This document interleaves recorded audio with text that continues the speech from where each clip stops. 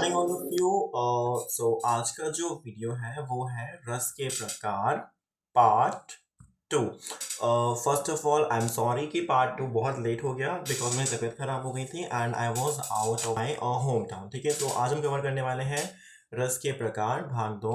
So I welcome you again and without wasting of the time let's start. So सबसे पहले देखो, थोड़ा हम लोग ना एक लॉजिक से पढ़ते हैं, एक ट्रिक से पढ़ते हैं ताकि थोड़ा शॉर्ट हो जाए, है ना। तो ये जो डेफिनेशन है वो सारे के सारे रसों की एक कॉमन डेफिनेशन मैंने बना के आप लोगों को दी है। अब ये डेफिनेशन आइए पढ़ते हैं।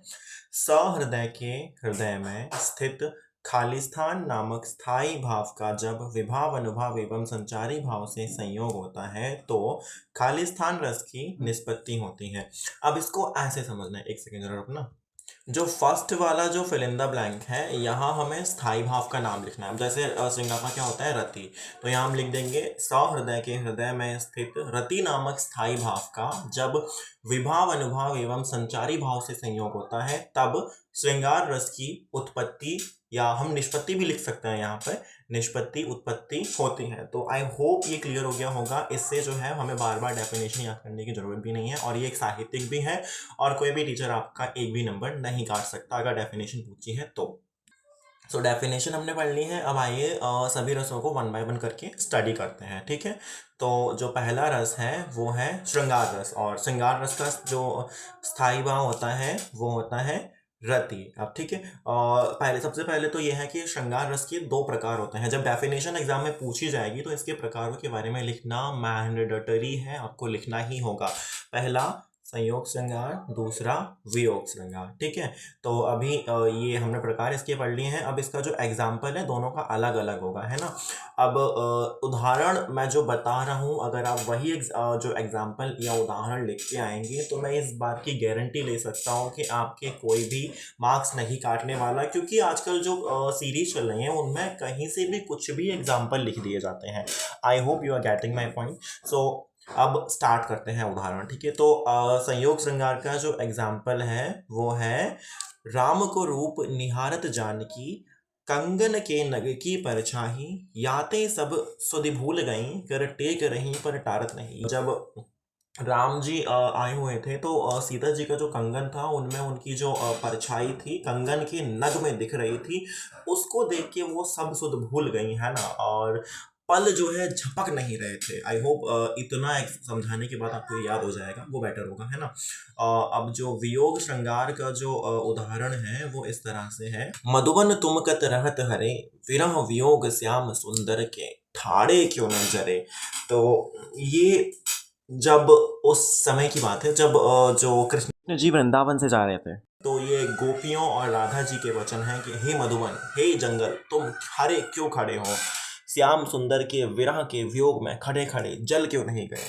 तो ये वियोग श्रृंगार का एक बहुत अच्छा एग्जाम्पल है। आइए अब जो है नेक्स्ट रस के और उसके एग्जाम्पल को देखते हैं। अगला है हास्य रस। तो सबसे पहले मैं ये क्लियर कर दूं कि हास्य रस का एक एग्जाम्पल बहुत चलता है, खरबूज जैसी खोपड़ी, तरबूज जैसे बाल, और दूसरा वो हाथी जैसी देह, भैंस जैसी चाल, ओ पालन मनहार कहाँ से आए तुम। ये ऐसा कुछ नहीं लिखना है। टीचर अगर आपकी कॉपी अच्छे नंबर पे जा रही होगी, मतलब अगर पेपर 75 का है तो अगर कॉपी 60 प्लस भी गई तो वो नंबर यहाँ नहीं देगा, वो काट लेगा। ठीक है, और तो इसका उदाहरण देखते हैं। तो इसका एग्जाम्पल है शीस पर गंगा हंसे भुजन में भुजंगा हंसे हास ही को दंगा भयो नंगा के ब्याह में। ये शिव जी की बारात का जब शिव जी बारात लेके आए थे तो जो माता, जो पार्वती की जो माता थी, वहां से किसी ने ये कहा था मतलब शिव जी के रूप को देख के, क्योंकि शिव जी के जो सर है, सर यानी शीस पर गंगा है, भुजन यानी बाहों में भुजंगा यानी सांप है, ये सब देख के जो है सब लोग हंस हंस के लोटपोट हो रहे थे। इसलिए ऐसा कहा कि हास ही को दंगा भयो नंगा के ब्याह में। अगला जो रस और उसका उदाहरण है करुण रस। करुण रस का जो स्थायी भाव होता है वो होता है शोक, और इसका उदाहरण है अभी तो मुकुट बंधा था माथ कल हुए कल ही हल्दी के हाथ हाय रुक गया यही संसार बना सिंदूर अंगार। ये बहुत इजी है, इसे एक्सप्लेन करने की नीड नहीं है, तो बिना टाइम वेस्ट किए चलते हैं अपने नेक्स्ट रस और उसके एग्जाम्पल की तरफ।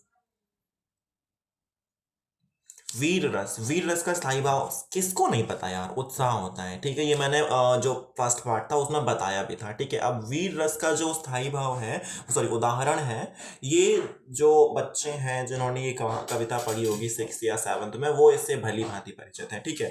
सो मैं पढ़ता हूँ, दोहराना मेरे साथ। बुंदेले हर बोलो के मुख, हमने सुनी कहानी थी, खूब लड़ी मर्दानी वह तो झांसी वाली रानी थी।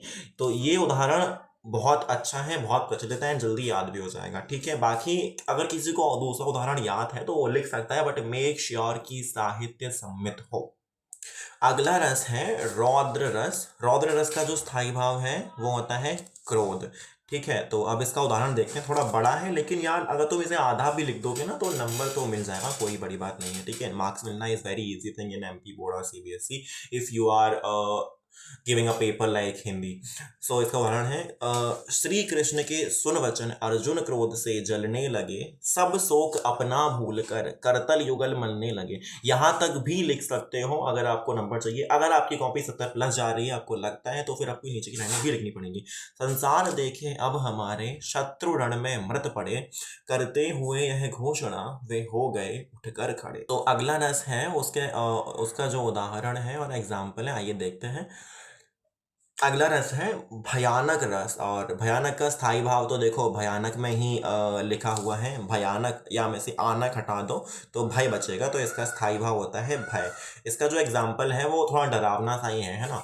उधर गरजती सिंधु लहरियां, कुटिल काल के जालों सी, चली आ रही फेन उगलती, फन फैलाए बयालों सी। मतलब गर्जना हो रही है और सिंधु यानी समुद्र की जो लहरें हैं वो एकदम काली हो चुकी हैं, काल के समान लग रही हैं, और फेन यानी सफेद सा झाग उसे उगलते हुए फन फैला यानी सांप की तरह फन फैलाए हुए चली आ रही है। अगला जो रस है वो है भीभत्स रस। सो भीभत्स का जो स्थाई भाव है वो है घृणा। घृणा भी लिख सकते हो और जुगुप्सा भी लिख सकते हैं, ठीक है। और इसका जो एग्जाम्पल है वो देखो, घृणा है तो यार थोड़ा अजीब भी होगा, है ना, हर किसी को पसंद नहीं आता है, बट क्या करें, एग्जाम्पल लिखना तो पड़ेगा। सिर पर बैठियो काग, आंखें दो खात निकारत, खींचत जीवहि श्यार, अति आनंद और धारत। अब एक्सप्लेन करने की नीड नहीं क्योंकि वो समझ में आ रहा है ना। तो आइए अगला देखते हैं। अगला जो रस है वो है शांत रस। शांत रस का जो स्थाई भाव होता है वो होता है निर्वेद या वैराग्य, ठीक है। अब इसके जो एग्जाम्पल है इसको देखते हैं। थोड़ा ये सबने पढ़ा होगा, है ना, 9th 10th क्लास में या फिर हो सकता है 7th 8th में। बहुत इजी एग्जाम्पल है। जब मैं था तब हरि नहीं, अब हरि है मैं नाही, सब अंधियारा मिट गया, जब दीपक देखा माही। मतलब जब ये शायद किसी कबीर या रहीम या तुलसी के दोहे हैं, तो उन्होंने ये कहा है कि जब वो थे तब हरि नहीं थे, अब हरि हैं वो नहीं है, सब अंधियारा मिट गया, यानी उनके दिमाग का सारा अंधियारा मिट गया जब ज्ञान रूपी दीपक या ईश्वर रूपी दीपक उनके सामने प्रकट हुआ या प्रकाशित हुआ या प्रज्वलित हुआ। अगला जो रस है वो है अद्भुत रस। अद्भुत का जो स्थाई भाव होता है वो होता है आश्चर्य या विस्मय। मतलब दोनों में से कोई भी लिख दोगे, दैट्स बेटर, चल जाएगा, ठीक है। अब इसका एग्जाम्पल है, देखी यशोदा शिशु के मुख में, शकल विश्व की माया, क्षण भर को भई अचेतन, हिल न सकी कोमल काया। ये सिंपल है, एक्सप्लेन करने की इसे भी नीड नहीं है, मैंने सिंपल ही रखे हैं, है ना, तो ज़्यादा टफ है भी नहीं। अब अगला रस देखते हैं। सो अगला रस है वात्सल्य। आई थिंक ये लास्ट है ना। सो वात्सल्य का जो स्थाई भाव होता है वो है स्नेह। और इसका एग्जाम्पल बहुत इजी है, बहुत सिंपल है, बट लोग भूल जाते हैं, मैं भी भूल जाता था कई बार जब अपने स्कूल डेज में था। उठो लाल अब आंखें खोलो, पानी लाई हूँ मुंह धो लो, ठीक है।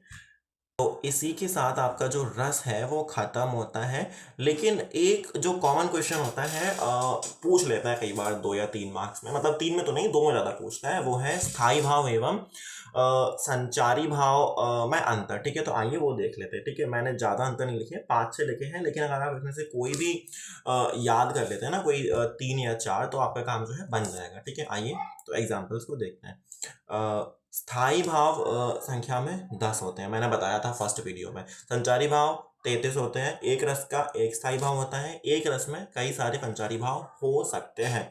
और संचारी भाव, स्थाई भाव जो है वो संचारी भाव के अंग नहीं होते, ये इंडिपेंडेंट होते हैं, ठीक है। लेकिन जो संचारी भाव है ना वो स्थाई भाव के अंग होते हैं। स्थाई भाव हृदय में स्थायी रूप से विद्यमान होते हैं। स्थायी भाव जो है हृदय में स्थायी रूप से विद्यमान होते हैं, मतलब अर्थात संचारित नहीं होते, वो स्टेबल होते हैं। ये बताया था मैंने, अच्छे से एक्सप्लेन किया था। संचारी भाव क्षणिक होते हैं, यानी पानी के जो बुलबुले होते हैं ना, उठे फूट गए, उठे फूट गए, तो क्षणिक होते हैं, हृदय में आते जाते रहते हैं, ठीक है। और जो है ये जो इसमें हाइड हो गया है, ये मैं बोल के सुना रहा हूँ। स्थायी भाव संचारी भावों को नहीं जगाते, ठीक है। और संचारी भाव के बारे में ये लिखा है, ये स्थायी भावों के जागरण में सहायक होते हैं। आई होप आपको रस पूरी तरह क्लियर हो गया होगा। अगर कोई डाउट है तो आप कमेंट कर दीजिए। और इसी के साथ ये टॉपिक होता है ख़त्म। मिलते हैं आपसे अगले वीडियो में। और मैं ये मेक श्योर करूँगा कि आपको जो है ना, एक वीक में कम से कम 1 या 2 वीडियो फ्रीक्वेंसी पर मिलते रहें, ठीक है। So see you in the next class. Bye bye and thank you.